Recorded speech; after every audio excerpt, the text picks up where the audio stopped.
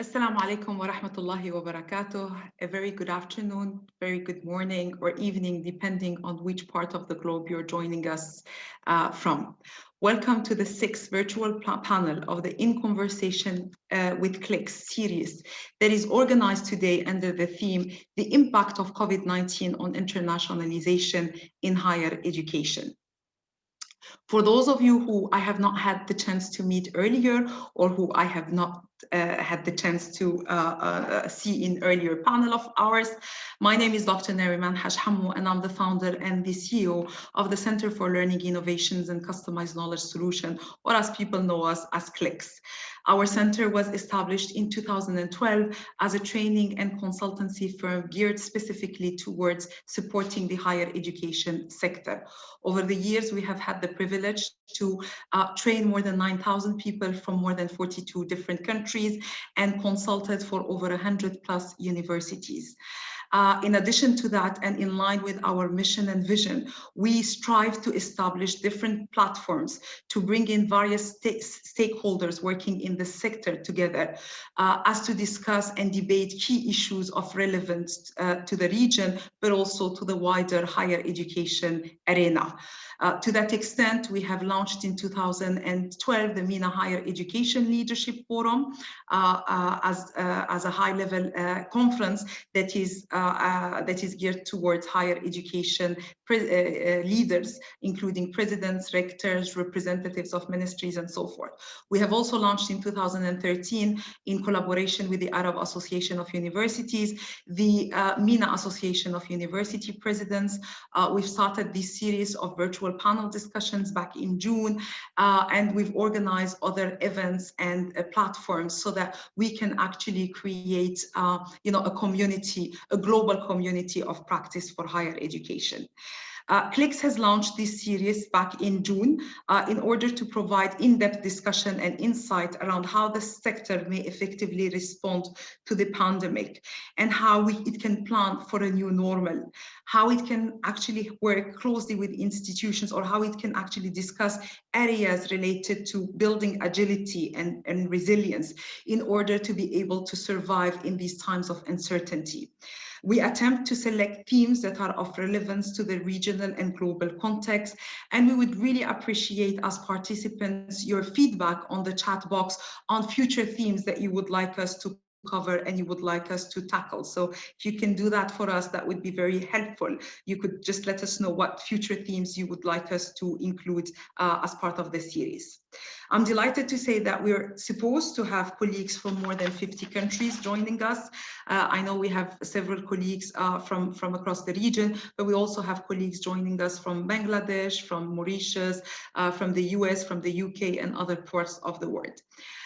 Before we start, I would like to remind our participants that they can interact with our panelists through the Q&A session. So if you have a question, please post it in the Q&A section and not actually in the chat box, because it will be difficult for our panelists to keep an eye on both.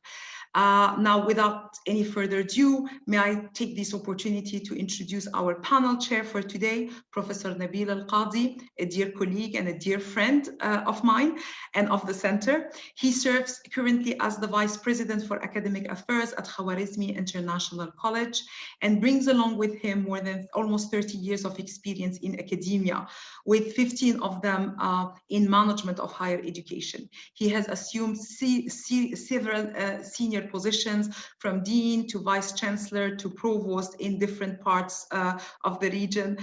He has started his professional careers in the early 90s, but he's still very young, as you can see on the video.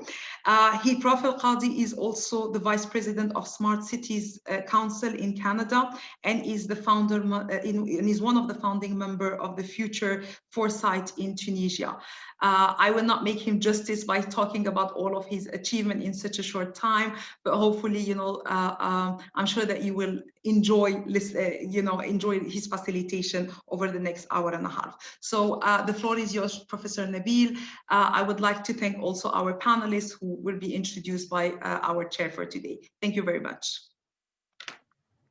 Well, assalamu alaikum. Good afternoon, everyone.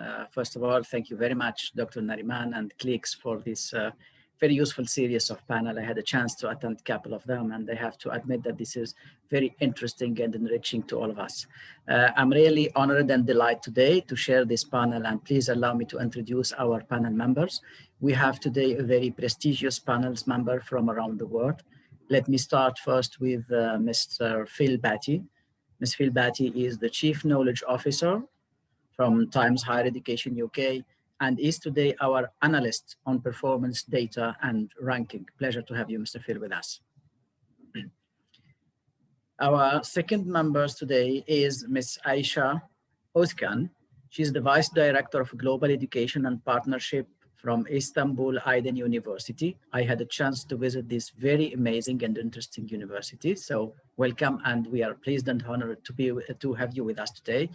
Ms. Aisha is the Vice Director of Global Education and Partnership, and she's today representing a practitioner of international education.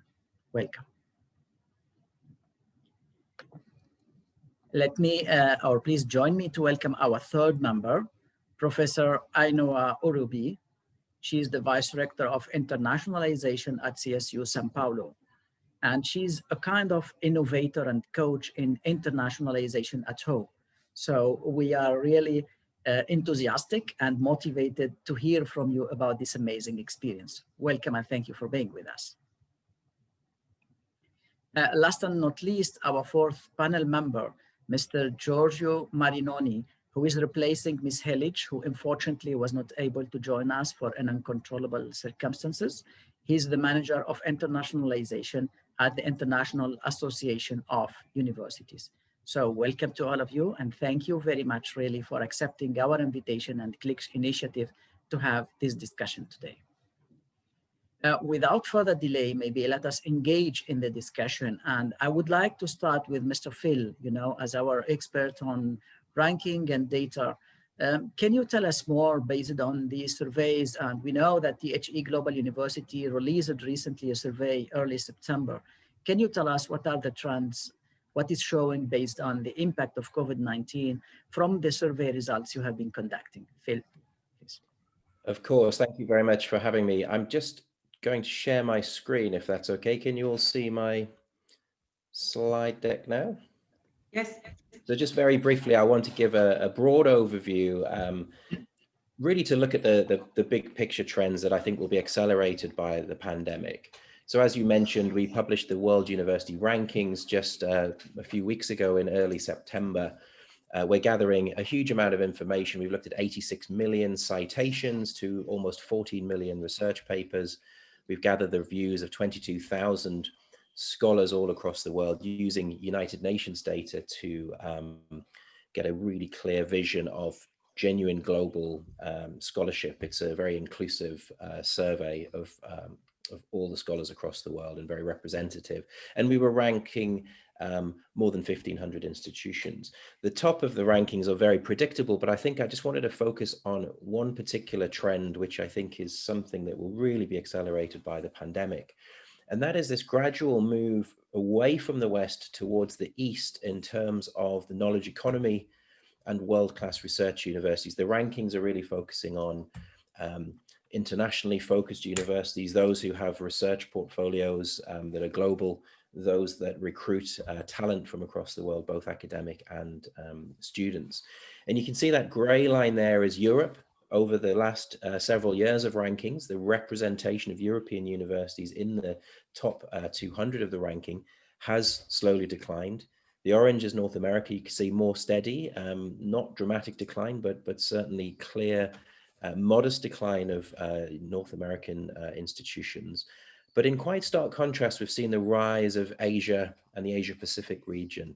It's been fueled by China. It's been fueled by success in South Korea, in Hong Kong, but particularly mainland China. So we've been seeing this quite significant shift from the very, very dominant West, more in favor of the East, a rebalancing of the situation. And I think this could really, really shift further as a result of this crisis. This is a slide simply showing the changing share of market for internationally mobile students. So really the talent base. And if you bear in mind the fact that in the US, in Great Britain and in Australia, the international student populations are fundamental to the financial success of these universities, but also, of course, to the intellectual richness of these universities, you can see a very, very clear decline in market share from North America and Western Europe, that gray line, and a really significant increase from East Europe. But the one I'd highlight is the increase in that turquoise line for the Asia Pacific region. So in world rankings, you've seen the power shifting a little bit towards East Asian universities in particular. In terms of the global share of talent, you're seeing this clear shift. And then if you add to that the effects of the pandemic, I think we are going to see further correction, further rebalancing. This was a survey that Times Higher Education undertook of 200 university leaders across multiple continents.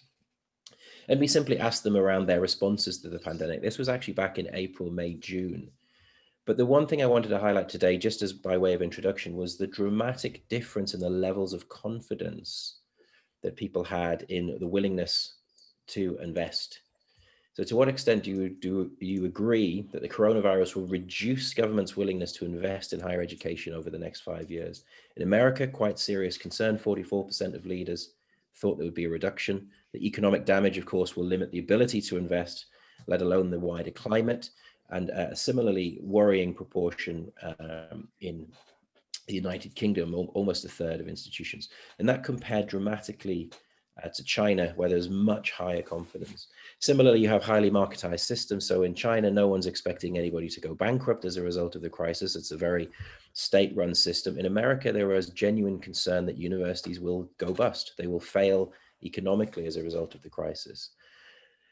And just a final word from me, just to set that bigger picture, that we asked the survey respondents lots of free range questions. And the one I'd highlight is just one East Asian president that I think the shift from West to East in leadership in the world will likely accelerate. And we may even see actually some improvement for the global South. So that's it. I just wanted to share a couple of slides to say this is a big picture issue. I'll stop sharing my screen. The point I just wanted to stress is that there is this geopolitical shift. I think the marketized Western systems will be hurt more. The Western economies, I think, will suffer more because of the way they've handled the pandemic, certainly the United States, certainly the United Kingdom, very, very worrying handling, very serious longer-term economic consequences. In stark contrast, these East Asian universities already rising will, I think, have a greater share of international talent and more resources to invest in research excellence. So I think the pandemic will really hasten this shifting balance in the geopolitical knowledge economy. And I think it raises some very interesting questions for universities across the world to rethink their partnerships and rebalance their relationships. So thank you for listening. Thank you. Thank you very much, Phil. That's a very interesting point that you are summarizing and showing here, this geopolitical change of direction and shift, between West and East, to which the pandemic might add or might, support and accelerate in a way or another. Before going to see the advice or to seek more information from our second panelist, let us see what our attendees think about the following. We have a small poll to run. And the question is as following. Do you think the pandemic will change your institution's internationalization strategies in a lasting way? Yes or no? So Elena, if we can run the poll and see what will be the answer from our colleagues.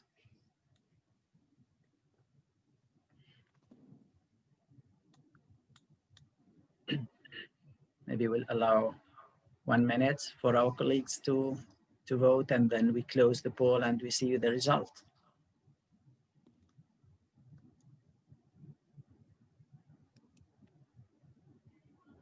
The pandemic has absolutely impacts in various aspects of our economy, our education, our international relations, and the balance of choosing maybe even a partner. So what is the position of your institution? Is that impacting on that direction or not?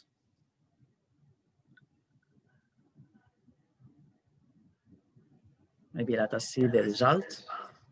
So as expected, more than 80% of the attendees believe that, yeah, the pandemic has an impact and it is more or less changing, the institution internationalization strategy in a lasting way. So more than 80% confirming the same. And continuing with the same direction, I would like to hear from Ms. Aisha, if you can highlight on a term of consequences of the pandemic in short and long term, on students and academic mobility, globally and regionally, what will be maybe the major changes and what will be the impact in short term and the long term that we should expect and that we should see shifting in the higher education arena? Thank you. Good afternoon, everyone, first of all. Let me just say, as a practitioner of international, programs and international education, let me say that, I will sort of talk about two different kinds of student mobility, because in terms of, problems, challenges versus opportunities, the picture is, I think, a little different. In terms of credit mobility, and by that I mean students going to a partner university abroad, to broaden their horizons, to earn some credits, to gain some important skills on study abroad programs. There's a certain kind of picture and lots of new opportunities I'll talk about, and I think my colleague will refer to them as well. And then there's the issue of, degree mobility. So students enrolled in a foreign university for a whole degree, and the consequences there, what Phil was referring to in a very sort of global perspective, are sort of more dire. So let me start by the credit mobility or study abroad programs or exchange programs. In Turkey, when the pandemic hit, this was mid-March. And the Council of Higher Education immediately suspended, exchange programs, all international mobilities. It wasn't even up to us. It was sort of a national decision. And initially, of course, as a practitioner, your concern is always with the safety of the students. So the short-term impact was definitely for all of us international educators, reaching out to our students, briefing them about canceled courses, moving to online education, changing exam schedules, and of course, travel restrictions, quarantine measures, etc. Most of this information was constantly changing. Almost all of it was beyond our control. So it was very, very stressful initially. But, in just a few weeks in Turkey, as well as in many other countries, the universities pivoted to online education. and sort of the dust settled. Most of our incoming, let's say, exchange students left. Most of our outgoing students came back home, and everybody settled, in front of their computers for online teaching and learning. And as international educators, we started organizing a lot of webinars. We invited a lot of guest lecturers from our partner universities abroad. So we were bringing, the world to the classrooms, the online classrooms of our students in a very short period of time. And, I think this was the silver lining. We realized, I think, throughout the spring semester that international education has not stopped.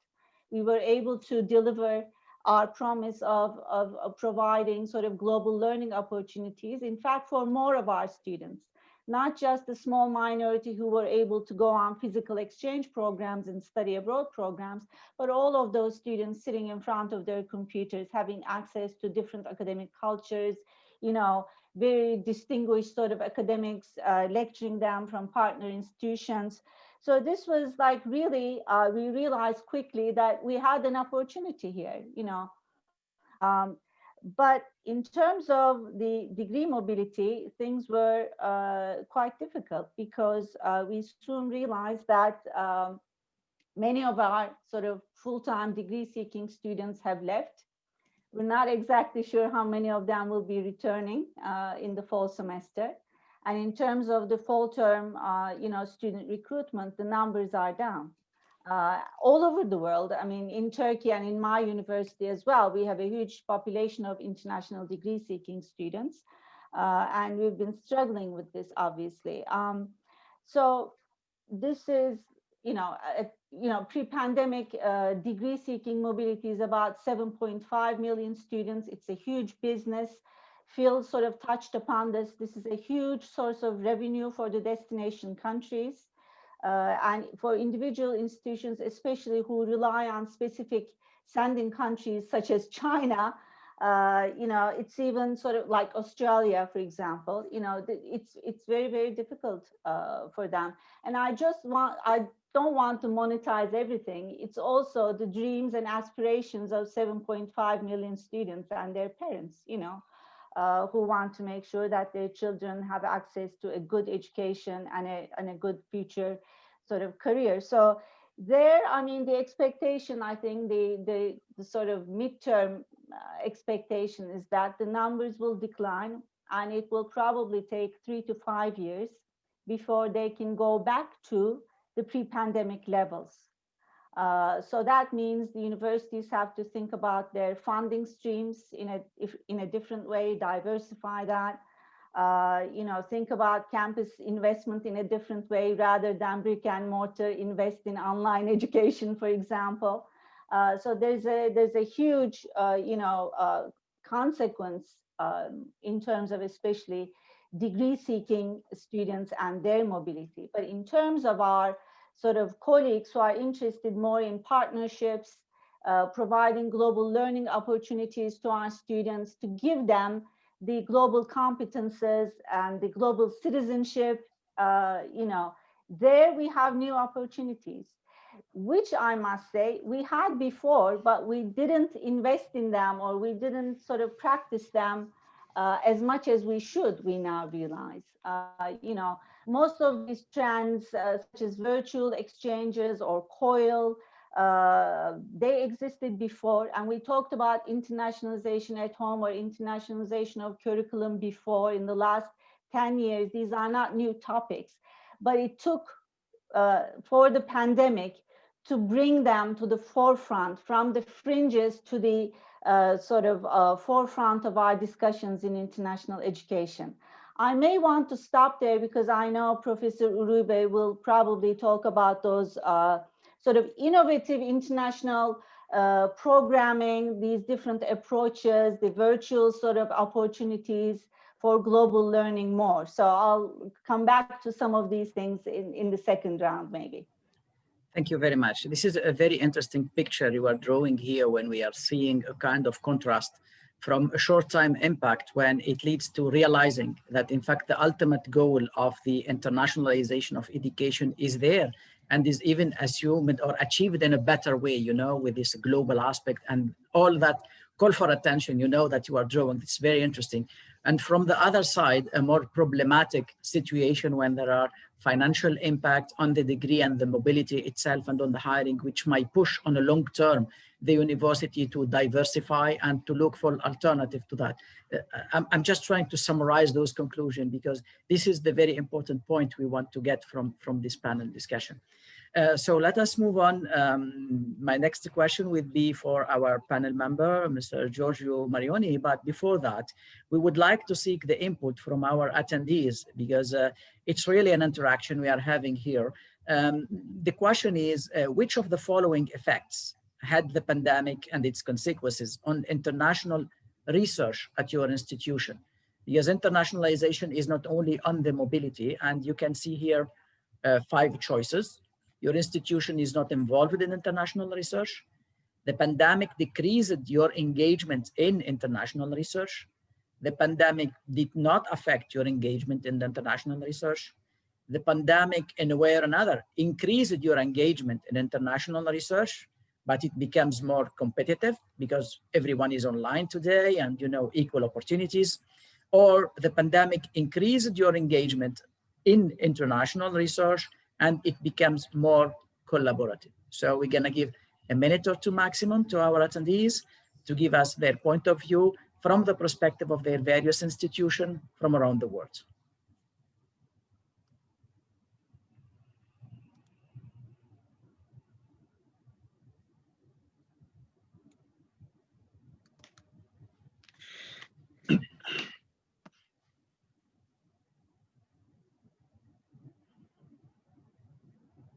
Okay, the answers here is more or less distributed, but we can see 2 equal answers. When the pandemic decreased the engagement in international research, and the opposite, the pandemic increased the engagement in international research, which is 32%. And this is very interesting to see and to analyze that. So let's say for 30%, it was a negative impact. For 30%, it was a positive impact. And almost 10% is distributed between choice number 1 and choice number 2. And 20% believe that the pandemic did not really impact their engagement in research. Thank you very much for this.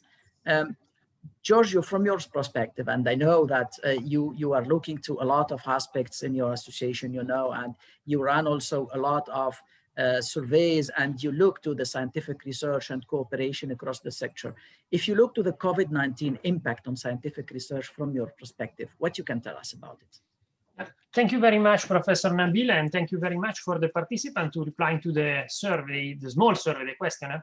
And in fact, what I'm telling you today, it's a bit in line with what you just replied. So I was asked to tell you a little bit more on the impact of COVID-19 on scientific research and collaboration, international collaboration. So as mentioned before, the International Association of Universities during the time of the pandemic ran a survey, a very quick survey of 3 weeks for all higher education institutions around the world to understand what was the immediate impact of the COVID-19 pandemic. And among the questions we asked in the survey, there was also a question on research and how the pandemic affected research. And as we can see from the results, 80% of the institutions were impacted. And this we can see also from your replies, there were very few institutions that said that the pandemic didn't have any impact. And at the same time, the effect was a mixed one. So at the beginning, we could see especially a negative effect on some basic feature of international collaboration in research. Very simple ones. Scientific research were canceled, like at 80% of institutions, scientific research have been canceled. International travel has been canceled. So visiting professor, exchange of researchers was complicated.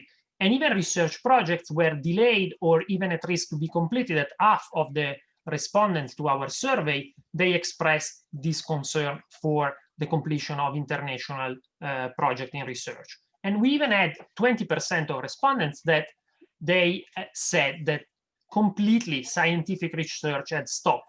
And as we saw even today in the small question we asked, there are some of you who said that the pandemic had a very negative effect on research at your institution. However, at the same time, there were institutions that they said that the pandemic had a positive effect on their research and on their international research. And this we saw it also in our survey on a different question on the effect of the pandemic on international partnership. And here we can see a split almost half and a half between higher education institutions, which said that the pandemic had an effect of decreasing the international partnership, and an effect of half of the institution that has a positive effect. The positive effect can be divided in two. One is increase of existing collaboration, and a second one, which is, in my opinion, even more interesting, it's the creation of new opportunities for new partnership. So some of you also replied, it created new opportunity for research and more collaborative research because of new opportunities. If you want, also, we heard before a kind of playing level on new opportunities for collaboration through online tools. But at the same level, one thing that we saw happening in the world, and Phil also introduced it a bit with the idea of a shift from west to east, I would generalize it in the sense that there are really substantial regional differences in terms of research and research collaboration. And in our survey, for instance, we have a very striking point. In Africa, 73% of institutions replied that the effect on international partnership was negative. So their partnership were weakened. Whereas in Asia and Pacific, almost a little bit less than half, about 44% of institutions replied that the pandemic was an opportunity to increase and to open up new opportunities of collaboration.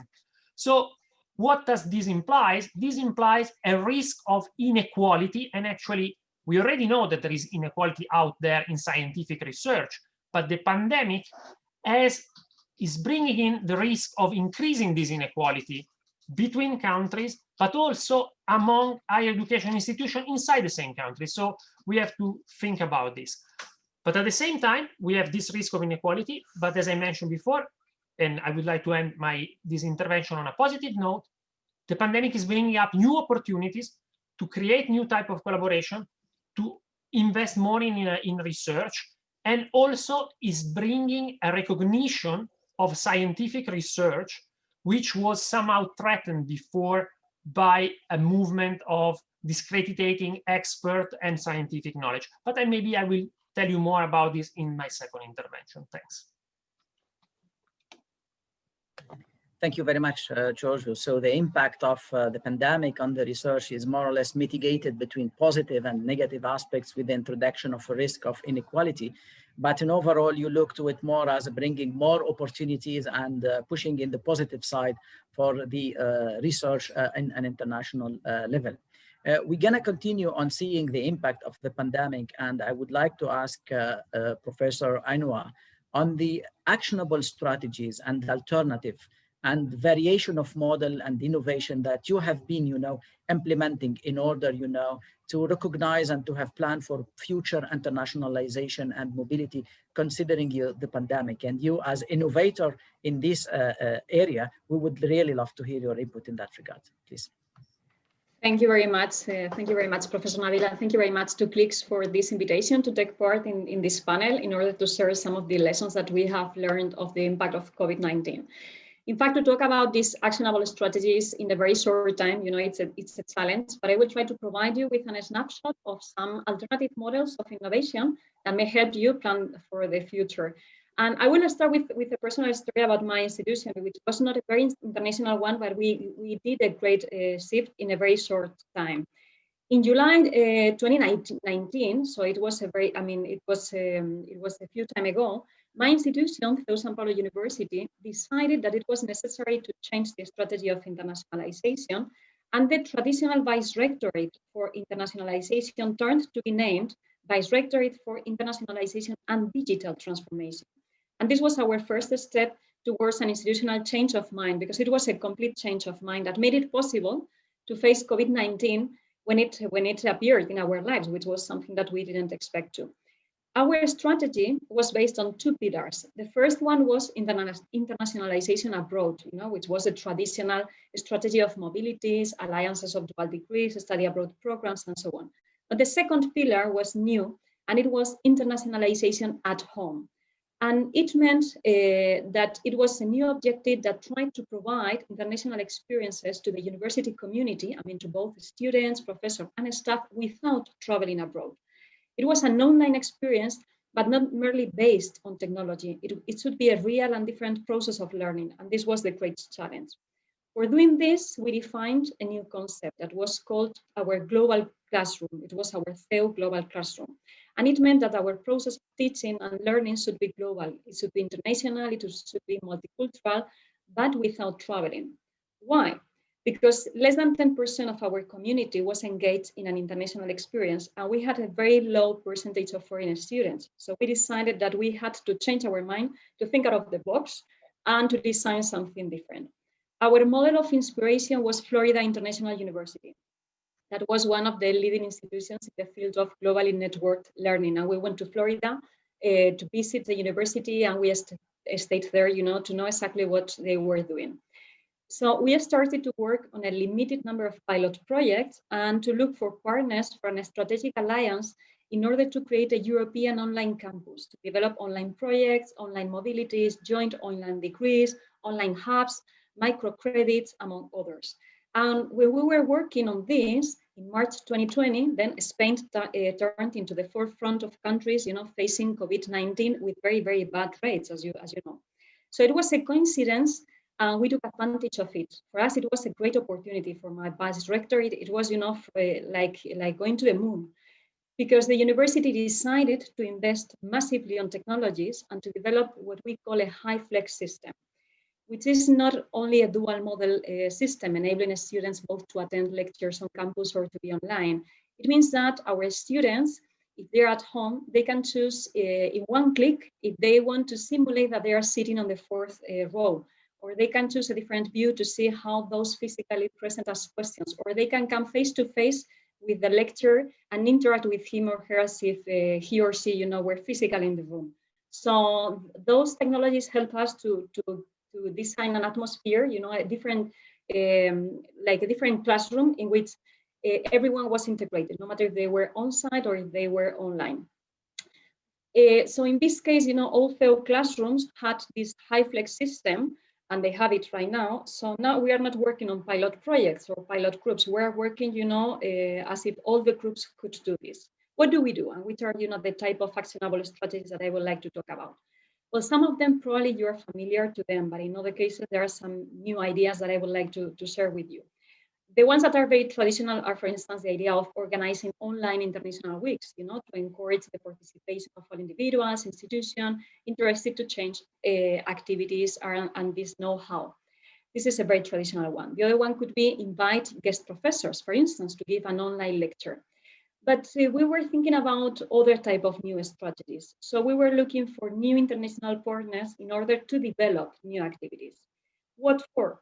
Basically to personalize the curriculum of our students in order to allow them, for instance, study online modules developed by partners so that our students get a certificate or a diploma from other universities.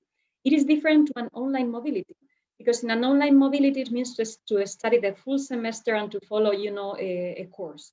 In this case, we're talking about linking these modules to extra academic outcomes, or even following part of a course. It's like giving microcredits or micro diplomas to our students that get online a certificate, that is going to certify that they have some skills. This is one option. The other one, for instance, is organizing what we call mirror lectures, in the sense that during the semester, students from 2 countries and 2 universities that are enrolled in a very similar course or subject, thanks to technology, they follow the class of the other university's professor and vice versa. Okay, so we organize the schedule so that we know which sessions are going to be served. And thirdly, last but not the least, which is the real project in which we really want to work on, is what we call COIL, the Collaborative Online International Learning Project. And my university is deeply focused on it. And what is a COIL? Well, COIL is an acronym, of this Collaborative Online International Learning method that is implemented by many international universities. It involves a virtual way of teaching, which is different. In this case, what you need are 2 teachers, 2 cohorts of students, 2 institutions that want to cooperate, and 1 unit or module that you are going to serve. but you share it in a different way because it's a collaborative project in which students do work in an international teams and professors are facilitators. Okay, so it's not a mirror lecture. Professors facilitate, supervise this learning process, but the COIL modules are based on learning. Learning in the sense that the students are building this learning process. So the COIL modules develop common virtual projects. They integrate into the syllabus. They may last from 4 to 8 weeks. It doesn't matter if this is synchronous or asynchronous online process of collaboration. But what is very important is that it's assessing both product and process. Since it's content driven, as both partners have to define learning activities in order to achieve learning outcomes. And it's also based on an international learning team. So it is simply great, in terms of developing intercultural competences, teamwork abilities, professional skills, and students do really enjoy this type of activities. So I hope that these ideas, are useful for you. But for us, COVID-19 has been a great opportunity, and it has helped us to convince, the government management body of the university that investing, in this type of activities is very important because it's going to open us to new markets. This is more or less the idea that I wanted to share with you.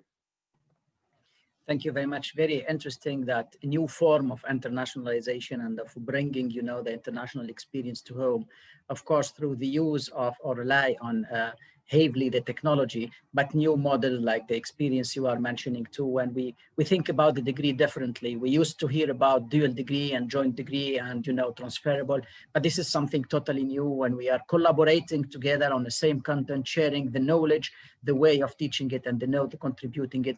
Maybe that's one of the very actionable strategy that will shape the internationalization in the future. Thank you very much. Before going to our next question, we would like to hear again from our attendees. I know some of the questions are coming, and our panel member thankfully are replying to some of them on the chat. We will see if the time allows, we will publicly ask some of them. But before going with the question to Ms. Aisha, I would like the attendees to answer the following very simple question.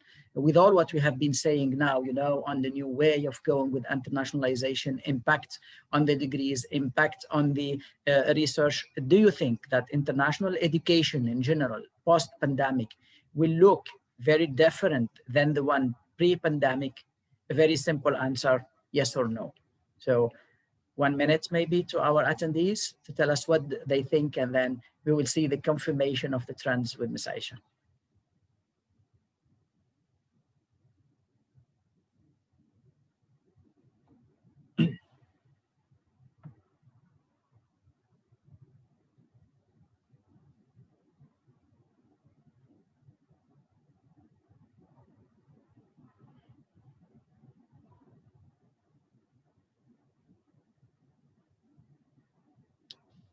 I think we might close the poll and see the results if our attendees. So almost 90% absolutely said, yeah, the post-pandemic on international education is not the same as the pre-pandemic. And here I'll again address the same question to Ms. Aisha. What do you think about that? What will be in the post-pandemic, and what kind of strategies for future internationalization we're gonna have to follow? Do we need really to reimagine the whole international education, or there are some components that will remain the same with maybe more or less a different reshape of it, please? I think, yes, we have a chance to reimagine international education. Some things will remain, but I think there will be significant changes. And let me sort of, again, talk about a couple of different aspects of this. I think we will need to reimagine international education beyond physical mobility. We've been focusing on mobility for a very long time. This is the bread and butter of international education, but not just for the international office staff. This has been the case for the rectorates, for the program accreditors, for the rankings bodies. For example, if Phil will agree with me on this, if a ranking body or institution comes and looks at your program or your university on internationalization, the first criteria or the first measurable thing that they look at is mobilities. We have to move beyond this as both practitioners at the international office, senior academic managers, and all the other stakeholders in the higher education sector. Because we know, I sort of stressed this before, mobilities are only available for a lucky few of our students. Instead, we have to give these global competences to all our students. That should be our aim. So I think from now on, the things that we will underline, the concepts will be access and equity, providing more of our students the opportunities to develop these global competences.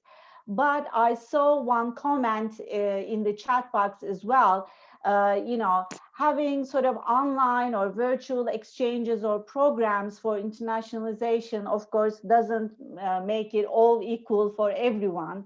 That there is still a digital gap that we have to address. We have to make sure that in certain regions or countries or in certain universities or a certain group of students, whether with less economic, means or disabilities, we have to make sure that with the, online education and online modes of internationalization, we have to keep in mind the digital divide and we have to provide access to all of our students. Again, that should be our aim. The second concept sort of I want to emphasize is sustainability. Again, there was talk before the pandemic that we have to consider the carbon footprint of international education, which is quite high, in fact. It's not just student mobility, but staff mobility, all the international sort of academic conferences that thousands of people travel to. I mean, some of it, I think, was becoming really redundant and more of an academic tourism before the pandemic. And I think the pandemic and the environmental impact of the quarantine measures that we realized that we were all able to enjoy better air quality, for example, all these things made us really rethink our carbon footprint as international education community. And we have to make sure that in the future that we really take responsibility and plan accordingly and responsibly so that, we have new models where, now we know we don't have to travel for everything, right? We can do some of these things that we do remotely. From, moving on, I think after the pandemic, I see a couple of, trends. I see sort of a trend in blended global learning. So I think most of the study abroad programs will be shorter and they will have to be combined with some sort of, course integration or curriculum integration before students travel or after they do. But there is going to be, I think, more sort of intentional programming for study abroad, not just, put students on a plane and send them abroad for 2 weeks, but really integrated to subject courses and curriculum.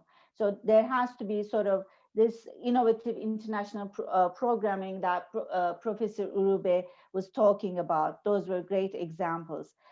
Again, I would expect to see more internationalization at home and internationalization of the curriculum, engaging the faculty more, moving internationalization beyond the international office, really disseminating to the whole university, integrated into the academic culture of the university.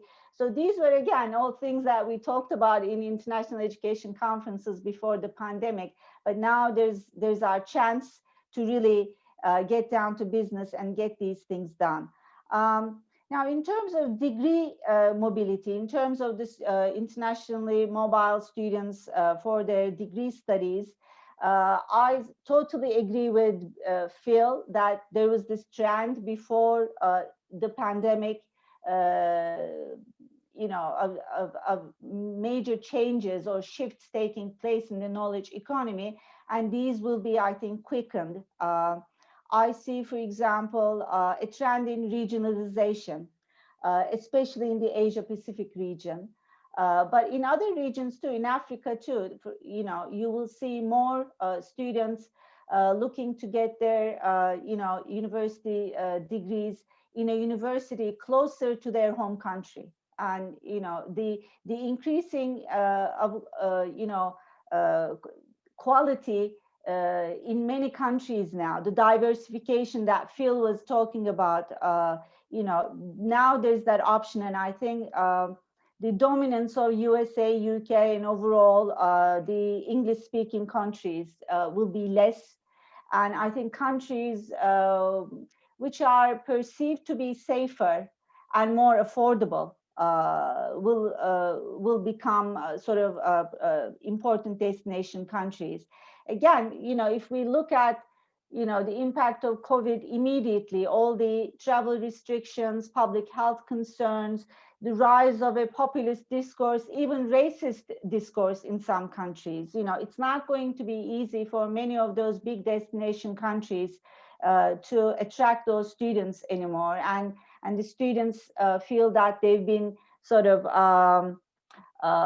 treated as maybe cash cows for too long in the past, and that it's not going to be that easy anymore to attract those students. And there is a looming sort of economic, well, I don't want to say recession, but some sort of shrinkage anyway in the sending countries. So I think students will be on the lookout for those countries and universities that really give good value for the money. So again, that's one of my sort of predictions, if you like. And I also see a return to an emphasis on TNE, transnational education, but not in the way that it was done maybe 20 years ago. I don't mean universities going to China, opening huge campuses, making huge cash investments, but maybe partnering with local universities to provide some face-to-face education, to combine with some of the online courses that the foreign universities offering, maybe pathway programs, again, given in partnership with local universities. And I'm especially interested with the new legislation in India, for example. I think there's going to be a lot of that happening in India right now. A new form of TNE offering students there different pathways online combined with face-to-face delivery with local partners. I also expect to see more international virtual internships. Again, combining sort of student concerns with employability, especially international students who have invested a lot of money and having huge expectations for employability. You see that they haven't always been met in the past. And now I think in the post-pandemic period, international students and their families will be really looking for that return on investment, especially in terms of employability. That means offering international experiences, not just at international partner universities, but maybe in sort of international business environment, closer cooperation with the industry. So I see an increase in those trends as well. So maybe I'll stop there for now. Thank you. Very, very interesting. So we have a lot of focus on a more added value with a different way of thinking, putting the students and the interest and the added value at the center of it, mixing it and linking this internationalization experience with the possibility of employability, with also compensation and of the face-to-face differently, and with a mix of ways of doing things. So it's more or less reshaping and going on in a different way with also different goals, because now we are putting additional focus on the added value, and we want to make sure that we are assuring employability through this internationalization. This is one of the things when the private actors like your institutions and other have a lot to do, but I believe the private sector cannot do it alone. They are usually, followed by a lot of institutions. You was just mentioning about what about the accreditations and what about, the criteria, and they will ask us about mobility, percentage of international students. So maybe the government measure should change and might have something to to consider in that regard. And I would like to hear from Phil in this regard.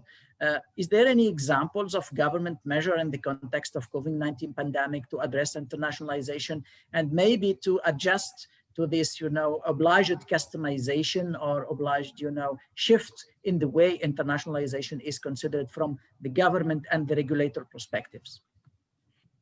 Sure. Yeah, I mean, I think there's a really powerful element in terms of government policy, just in terms of broad messaging and sending out the right message that you're open and welcome. And obviously we've been hit by these extraordinary geopolitical rows that I think will really potentially harm or really help certain countries. I mean, in terms of poor practice, you had a situation in Australia, for example. The universities are utterly dependent on international students. Often 20-25% of their student body are international. And then you had the Prime Minister in April, really early in the crisis, saying that if international students are struggling or having difficulties in a lockdown campus environment, they should go home. Really sending out these poor messages. Obviously, Australia is getting wrapped up in the sort of Trumpian style geopolitical row with China. So Chinese officials are saying, don't go to Australia. You might meet with racist attitudes. And obviously you've got Donald Trump, whose behavior during the crisis has been extraordinary, to send out a message to international students of very much that they're not welcome. If they're digital only, they need to get out of the country. They can't study. He's actually increased the barriers for people obtaining visas. So there's some big symbolic measures that have actually, I think, could have really profound long-term effects. It's not just the short-term practicalities, it's actually the messaging, the perceptions. And if you mix a perception that you're not welcoming of international students and then mix that with the pandemic handling that hasn't been particularly good, and we know international students think very, very hard, take safety extremely seriously, there's a real issue there. I think the UK, despite handling coronavirus quite badly, and despite being one of the countries that's managed to have the biggest economic pain and actually let the coronavirus itself drag on in a way that other countries have been much better at curtailing, they have been at least quite positive on the policy side of things. We've had the appointment of a dedicated international education champion. So Steve Smith, who was the head of Exeter University, was appointed as a full-time champion of internationalization. And I think it's quite symbolic, but Sir Steve has been a high-profile character in British higher education for a long time, and he will go out and wave the flag and try and build partnerships. They have introduced a new student route within the visa system. British immigration laws are notoriously awful and unwelcoming. They have at least made some concessions to try and make it easier for students to obtain a student visa, despite the fact that there's still some negative rhetoric. I think the ministers are sort of trying to shift the tone of the conversation more towards, if you're talented, we really want you, even though there's this very poor, really unfortunate anti-immigration sentiment underpinning Brexit, underpinning the current government. But at least there's been some positive practical steps to streamline internationalization. And then you've got some really great examples of the coronavirus being handled so well at a national level. The doors are opening for international students in a way that's not possible elsewhere. New Zealand, for example, successfully managed the pandemic. So they're saying actually they believe as early as next month they can start letting some postgraduate students return physically to the country. There seems to be a real optimism that students can get back on airplanes and go back to New Zealand. Canada, again, they've announced international students can come from next week, although their cases are still quite high. So it's a question of whether they want to or not. But I think China and Japan are probably the two examples where an extremely cautious approach to the pandemic and very successful handling, combined with incredibly strict border controls, including a very strict governance of international student mobility, has, I think, sent a very powerful message that these countries will bounce back more quickly. And to the point made earlier, absolutely, I think there'll be a new global regionalism. I think there'll be much more mobility within East Asia, for example. It'd be internationalization, but absolutely within regions. We don't need to go from east to west. People won't immediately look to America and Britain as the primary destinations. I think there'll be way more regional mobility based on those regional safety zones. In terms of the regulatory environment, I do think India is the one case where for decades they've said they want to open up to internationalization, and they haven't managed it. They haven't managed to get legislation through. They've talked about whether foreign entities can collaborate and share and build, partnerships on the ground. Finally, this may be happening, and it couldn't happen more quickly. It couldn't be a better time. We absolutely need, if the pandemic has told us anything, it's sharing knowledge, collaborating across borders. Being blind to geopolitics, blind to nationalist agendas is the only way we're going to get through the pandemic. It's the only way we're going to deal with all the other world problems, climate change being perhaps the primary example after the immediacy of this pandemic. So any system like India that is willing to consider changing its regulatory environment to welcome collaboration, increase new partnerships, is going to have, I hope, a really powerful effect. But yeah, for me, the key is rhetoric from the top, openness and welcomingness, showing that through policy change, showing that through the practical steps towards being genuinely welcome rather than just saying you are, and then actually opening up your regulatory systems to be genuinely open to collaborative opportunities. So India is probably the prime example there. Thank you, Phil. Pleased to hear that there is a example of changes in strategies and in policies governmental level to address, the pandemic impact, and that some of the decision might seem now meaningless or impactless, like a visa restriction. If we look to the internationalization with the virtualization and a global education at home, so having a visa restriction might be, something that became, irrelevant and will not really impact on the numbers and on the result. And maybe this is a good transition to my question to Professor Ainhoa, that we mentioned that there is, a lack to recover. The numbers of international students went down, and we do understand that, you go home, lockdown and other, and this is also an impact on the financial for the institution. And maybe here universities and government should to agree together on a certain number of strategies, process, actions in order to recover the international enrollment rate, even with a different definition, of this international enrollment rate, which might not necessarily imply a physical, shift from one place to another. Any input in that regard, please? Yes, you are right. Recovering international enrollment rate is very important. And in fact, it is crucial in the case of Spain, because Spain was one of the favorite destinations for international mobility. According to the World Economic Forum's Travel and Tourism ranking in 2019, Spain was the most travel-ready nation in the world. And it has been the top destination for Erasmus Plus students for over a decade. It is consistently listed, as the third receiving country for US study abroad students. And the problem is that due to the pandemic, we foresee an average increase in Spanish universities' international enrollment of 60% approximately, 60-70%.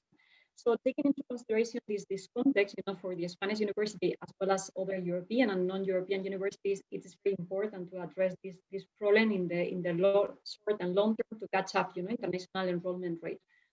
And I would like to address that in the short term. All universities have tried, of course, to react, to react the emergency, adapting to a new scenario. And there are some emergency plans that seem to be an opportunity for the future. In fact, it's well worth noting that there are 3 best practices that have come up due to COVID-19. The first one is obvious, it's a shift in teaching delivery methods. During the pandemic, universities taught online, but now, at least in Spain, most universities have decided for on-site teaching, to go back to on-site experiences and to be on campus. Sometimes basing it on a blended learning system or as a starting attempt while it's possible, and if it's not possible, then they would turn into the online system again. So international students, they have the same instruction models as the Spanish peers, but they have to come to Spain.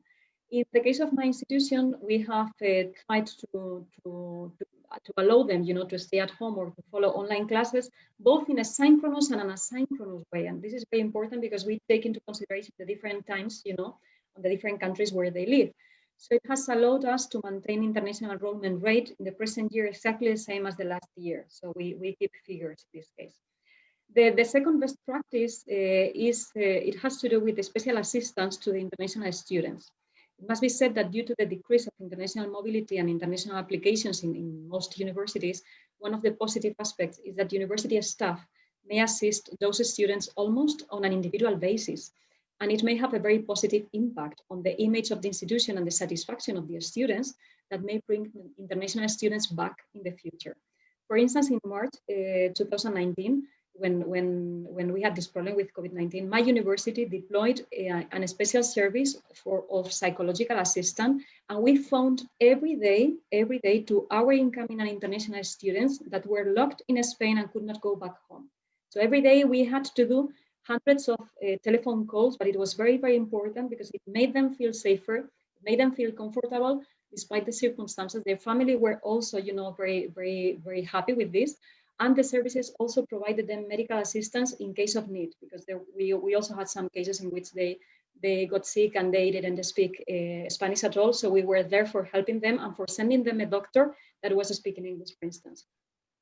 And last but not the least, in the short term, I think that there is a great opportunity to foster intercultural competences in online communities. And in fact, some universities are focusing on online social experiences for international students. We are working on it, in fact, in order to make them feel part of the community. So we are launching online activities associated with intercultural competences, openness, flexibility, empathy, in order to increase the awareness of others and cultural skills so that we mix national and international students together. But in the long term, universities cannot be on their own. It is very important. If they want to bring international students back or to promote international mobilities of their national students, it's very important the help of public institutions. Both universities and government must cooperate and collaborate in order to reposition national institutions in this new global chessboard. So universities need public support and resources. And what is more important is to ensure more flexibility in legal requirements and processes, both for undergraduate and graduate students, in order to obtain visas, to open a bank account, and any other legal requirements. Also, it is very important, that there are extraordinary scholarships programs for international students. It's very useful.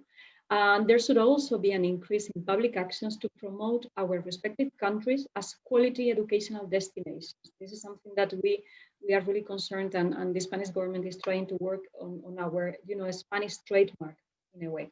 So to sum up, international enrollment future as well as international mobility and exchange program is very uncertain.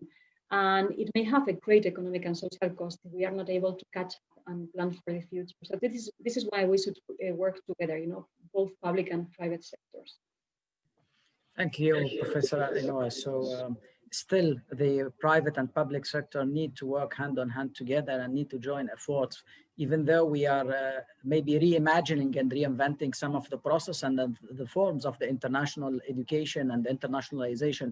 There is still the classical way, and we need, to promote and to have a trademark that will help the students to come back and to have that international experience complete, because still that the human factors and immersing in different culture and having that contact, whether we admit it or not, we cannot create it 100% in a digital way. We still need some of that, face-to-face. Maybe it will not be 100% program international face-to-face, but it's gonna go in a kind of blended. So, yep, we were saying we feel that some of the decisions might be irrelevant, but we are saying, no, not as irrelevant as that. We are still needing this public support, and we need to reposition this new after COVID international education. Before going to our last question with Giorgio, we have a poll, and we would like to ask our attendees, basically, if we look to the COVID-19 pandemic, do you see it more as a challenge or as an opportunity? And you have, three choices: definitely a challenge and an opportunity, or definitely an opportunity. We have been trying to tackle it from different perspectives, from the equality or inequality, from the need of different ways, from reinventing, the definition of internationalization, its impact on research, the need of cooperation between public and private sector, the change of strategies. But at the end, how do you look to it still? Is it a challenge? Is it an opportunity? Or is it both of them? 1 or 2 minutes to take your answer before going to discuss more or less the same with Giorgio.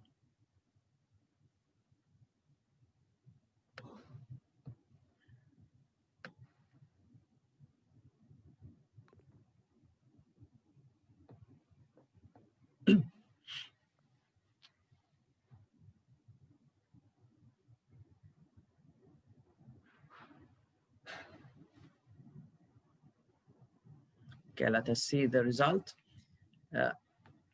It's not a surprise, 78%, almost 80% of people see it as a challenge and an opportunity in the same time. It's challenging on some aspect, but it's coming to, disruptive ideas and, change the equilibrium. We know 4% believe that it's more of a challenge, and around 20% think that it's definitely an opportunity, and that the challenging side maybe is put aside and not considered. So we have been hearing from experts from around the world, Turkey, Spain, UK. Giorgio, you have that flexibility through the association, to look at from a more global way. You have surveys and you have members from around the world. So if you can tell us from your perspective, based on the various surveys conducted by your organization, what are the major facts, transformation, and best practices that can be crossed, it can be shared cross universities and cross region in dealing with the pandemic, considering the diversity and the particularity that we may have in some specific environment or some specific cases, please. Thank you very much, Professor Nabil.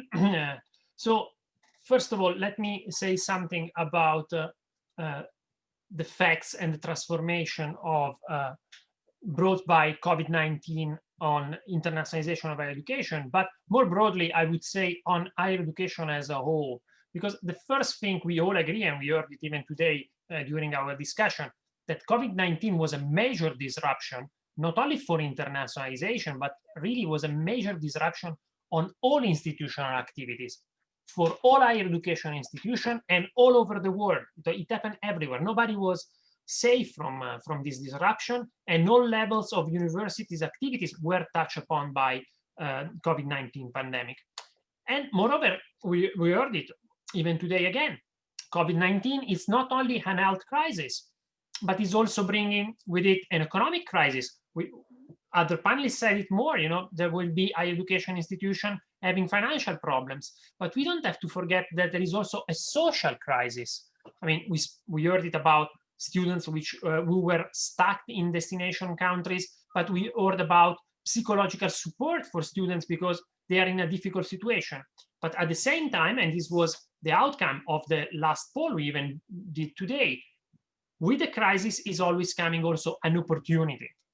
And COVID-19, I also believe strongly that is at the same time a challenge and an opportunity. So what have we seen happening in the world of higher education because of COVID-19? Probably the most striking point, the most evident one, was an unprecedented shift to online teaching and learning. And this is happening in the international field with more virtual exchange, with collaborative online learning. But this, we saw it also for local students. And something which was absolutely unbelievable, or which was thought a long-term process of shifting towards more online learning, happened somehow overnight. And this was a very positive fact, if you want, because we saw how higher education institution and the higher education sector was responsive and actually completely changed a perception from the external world that sometimes the higher education sector is slow-moving and conservative. Here in this pandemic, the higher education sector demonstrated to be quite agile, actually. However, as every change, it does not come without challenges. And even the shift towards online teaching and learning does not come without challenges. And it's not just a panacea, it's not the perfect solution, because I think we heard it even today, with online teaching and learning comes challenges of access. Not everybody has the same access, so inequality will not disappear overnight. But we will have also issues of inequality, not only of access, but also of capacity from student side. Are the students prepared for online teaching and learning? But also capacity from professor side. Are professors able to teach online? Because online teaching is not the same as face-to-face teaching. One of the major topics that was discussed today, there was a very negative impact on student mobility, but at the same time, a great opportunity to refocus internationalization towards more internationalization of the curriculum, internationalization at home. So to look really internationalization, we caters for 100% of the student and not just a tiny minority who are the mobile students that, as you know, they are no more than 2% of the global student population. So we really have an opportunity to make internationalization more inclusive and more equal. At the same time, we have this high risk of growing inequalities between higher education institutions and countries that I mentioned before, especially in research. But we really have to look at the positive, if you want, positive reactions that the higher education community got during this pandemic.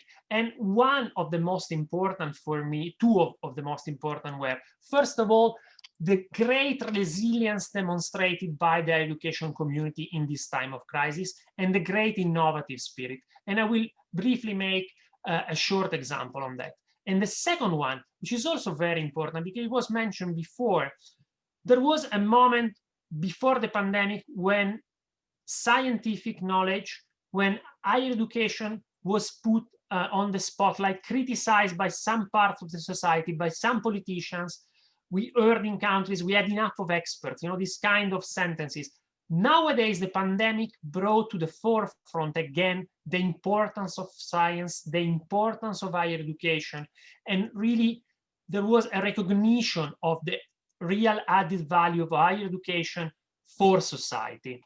And let me conclude my intervention with some best practice. I would call them more examples because actually local contexts are very diverse. There is no universal solution, even for the same challenge of, for instance, access to online teaching and learning, because you might have completely different local contexts where a solution cannot be completely transferred. However, some ideas, some practice can be interpreted and implemented in a local context. And one of my favorite one, it comes from the University of Campinas in Brazil. And I thank, first of all, the rector, who is one of our member university, Professor Marcelo Knobel, for having told me about this very interesting example. So in Brazil, they realized almost immediately that they had a huge problem of access to internet and laptops. So at a certain moment, they even thought about, we cannot move our teaching online because we don't have the capacity and we will just teach for very few students. And the majority of our students will not be able to follow our lecture. So it would probably be better to close the university than to go on and teach for only few people. But then they realized, and they became innovative, that the majority of their students, they had mobile phones. So they started an innovative process inside the institution to try to change the way of teaching, to create content which was useful for to be seen on a mobile phone. And at the same time, they start partnership with with telecommunication companies in Brazil to provide easy access to the students. So we see a combination of innovative way inside the institution and opening up of the institution towards the community and work closely with business and governments. Same example of this collaborative approach, we have it in India on an aspect which was briefly mentioned today, and I would like to conclude on this. As I said, the crisis was not only an academic crisis, it's not only an economic crisis, but it's also a social crisis. So in India, the government and the higher education institution, together with the Association of Indian Universities, they realized that there is a strong need for psychological support to students and also a strong need to reach out to society and to workers who need to be trained and redeveloped. And there was a coordinated initiative of the Indian government, the higher education community, and the Association of Indian University to provide both psychological support and training for skills for workers. So these are just two examples, which might be completely changing different situations, but which are, for me, very interesting because show, as I said, agility, innovative spirit from the higher education community, and this real need for cooperation. If there is something, and on this I would like to conclude, that the pandemic showed, and was mentioned before, we can go beyond the pandemic, we can go beyond the crisis only if we collaborate all together.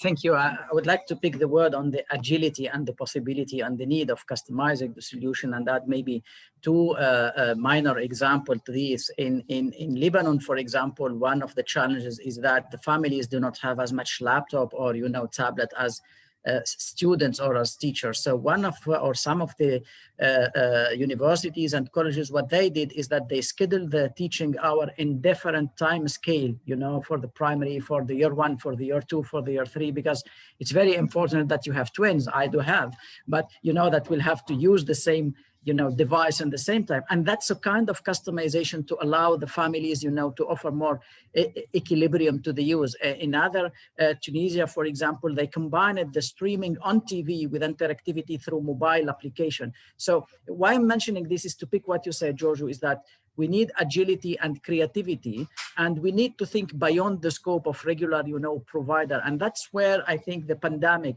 was a good opportunity for the higher education to reposition itself first, because as you said, we recognize the role and the importance of the higher education in such situation. And then to show that even though maybe the big university, then the system is known to be sometimes a mammoth, difficult to move, it showed that with the great research and collaborative work, it has the possibility to go beyond that and to make this pandemic more an opportunity than a challenge. Dr. Nariman, maybe we have a time to pick one or two questions from the QA. Yes, I think we have a couple of minutes, and worth to say that last panel we spoke about the role of governments and the sort of collaborations that happens not just within the sector but across the sector as well.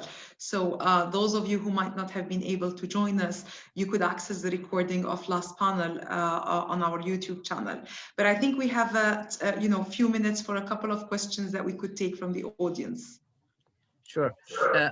I picked one question saying that, all right, if there is this plan A to consider the internationalization at home, our colleague from Jordan said we are very happy to consider it, but to what extent will impact on our ranking and on our evaluation? And if there is an impact, on what way this will be?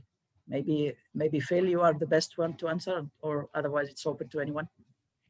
Sure. Well, I think it's really important that ranking organizations like my own, that we should bend to the mission of the university and not the other way around. The dog should wag the tail and rather than the tail wagging the dog. So we'd very much be keen to work with universities to say, if you change your strategy, it should not be penalized in rankings. Ranking should just reflect a general overall quality against your own chosen criteria. So it's very important to stress that.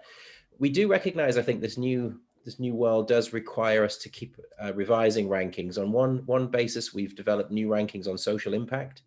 They're very much more focused on excellence in achieving the sustainable development goals, for example, across all of them. So good health and well-being, economic growth, all these areas that I think we can all unite together as a global university sector to promote. But I think also we need to understand that where the rankings metrics are starting to become outdated, we should revise them. So actually Times Higher Education's World Rankings has been around since 2004, but we last had a major revision of the methodology in, it was actually 10 years ago, around about 2009-10. So I think we do recognize we're looking at rankings 3.0, they need to be revised. So areas like a faculty-student ratio, for example, it's just less relevant in days of more transnational education, of more digital remote education, for example. Some metrics become more relevant. We reward international collaborative research. It's more highly influential, more highly cited. So those metrics could become boosted.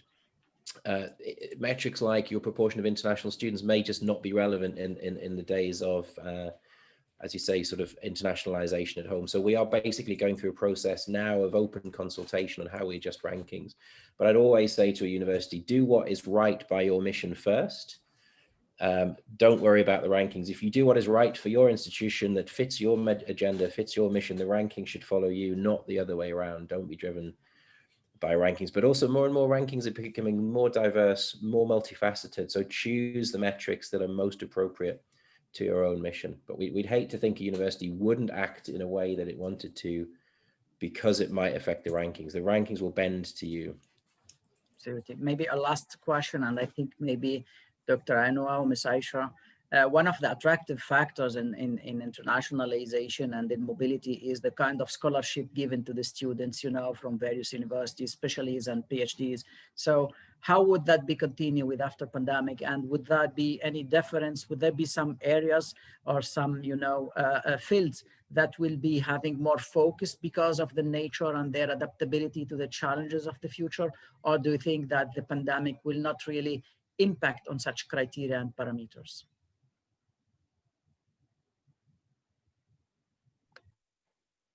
Professor Yurubek, yeah. I don't have a crystal ball, of course, but I may imagine, you know, that it's going to change, you know, the way we understand traditional scholarships and so on. In fact, for instance, I mean, this year we were waiting for a new call by the European Commission that was focused on European universities, you know, and they have decided not to do this call this year to try to redefine, you know, the different, you know, objectives of, for instance, of the European Universities Alliances and so on. So I think that all of us are redesigning and refocusing, you know, the different strategies at higher education level. And of course, scholarships are one of them. For instance, my university had decided to change completely our budget to focus on scholarships and to give more scholarships than we have ever given, you know. And we are also giving 5 licenses of Microsoft to all students so that everyone has access to our Teams resource, you know, which is the one that we use for teaching, because otherwise we knew that we may have some problems, you know, and some students could be back. So all of us are defining ourselves. Of course, the scholarships will be completely different. And we could even see in the future time scholarships for online students, for instance, which is I mean, a broader way of giving everyone the right to study, even if you're at home and you don't go to have an on-campus experience, but at least you have this experience for teaching and learning. So, yeah. Thank you. I can also add that my university has increased scholarships for international students at this time. The sort of graduate student funding, I think that's going to rely more on sort of governmental and international sort of research agencies funding availabilities as well, not just institutional level. But probably, I think anything that is related to the cure and the treatment and the, you know, vaccination of COVID and other sort of pandemic diseases will be highly, I think, funded nationally and internationally. So for graduate students out there, there were before the pandemic a lot of sort of global challenges facing us all, including the you know, climate change, pandemics and other sort of epidemics that were, you know, regional, but still very, very important. Ebola, for example, in Africa. So, I mean, we have a lot of global challenges, and I think anyone, any researcher, any graduate student working on overcoming those challenges will find it easier to get funding at this point. And I also would like to emphasize, you know, just one of the, again, the silver linings in all of this, open science and open research has become sort of more dominant and more accepted all around the world, which I see as a positive development. Well, thank you very much. Just allow me, before handing the floor to Dr. Nariman, to really thank you all, our panelist member from around the world, for your very insightful discussions and very clear answer. I would like also to thank our more than 70 attendees on this platform who were with us. We had many questions. Unfortunately, for sake of time, we were not able to answer all the questions. But a word to conclude is that, yes, the pandemic was a kind of opportunity. There is a lot of component in the internationalization that are reshaping and rechanging today, but we are pleased to see that there is clear strategies and clear PPP, public and private partnership, in order to shape the new internationalization concept in the after pandemic COVID-19. Thank you very much for all your messages, for your participation. Dr. Nariman, it was really a great pleasure for me. The floor is yours. Thank you very much. Thank you very much. And I won't say more on that. I just want to take this opportunity to thank our chair, our valuable panelists, our audience, those who are watching us also on YouTube and on the Voice of Higher Education. So we're broadcasting on different channels. The link will also be available as of tomorrow morning on our YouTube channel. Please feel free to share it with colleagues that you think may have interest. I also would like to remind you of our next panel on November the 2nd, Monday, same day, same time, and we will be talking about rethinking governance in times of uncertainty. The panel will be chaired by our colleague, Professor Mohammed Zairi, who is an advisor to the Prime Minister's office in the UAE government and an emeritus professor from the University of Bradford. Along with him, there will be 4 panelists. We will have with us Mr. Henry Stover from the Association of Governing Boards in the US. We'll have Dr. Mohammed Lashmi, the president of Ryerson University in Canada, Professor Riyad Hamza, president of the University of Bahrain, and Professor Ahmed Bawa, who is the CEO of the University South Africa Association. So with that, may I wish you a pleasant evening, stay safe, and we hope to see you with us on November the 2nd. Thank you very much. Ma salama. Thank you very much. Ma salama.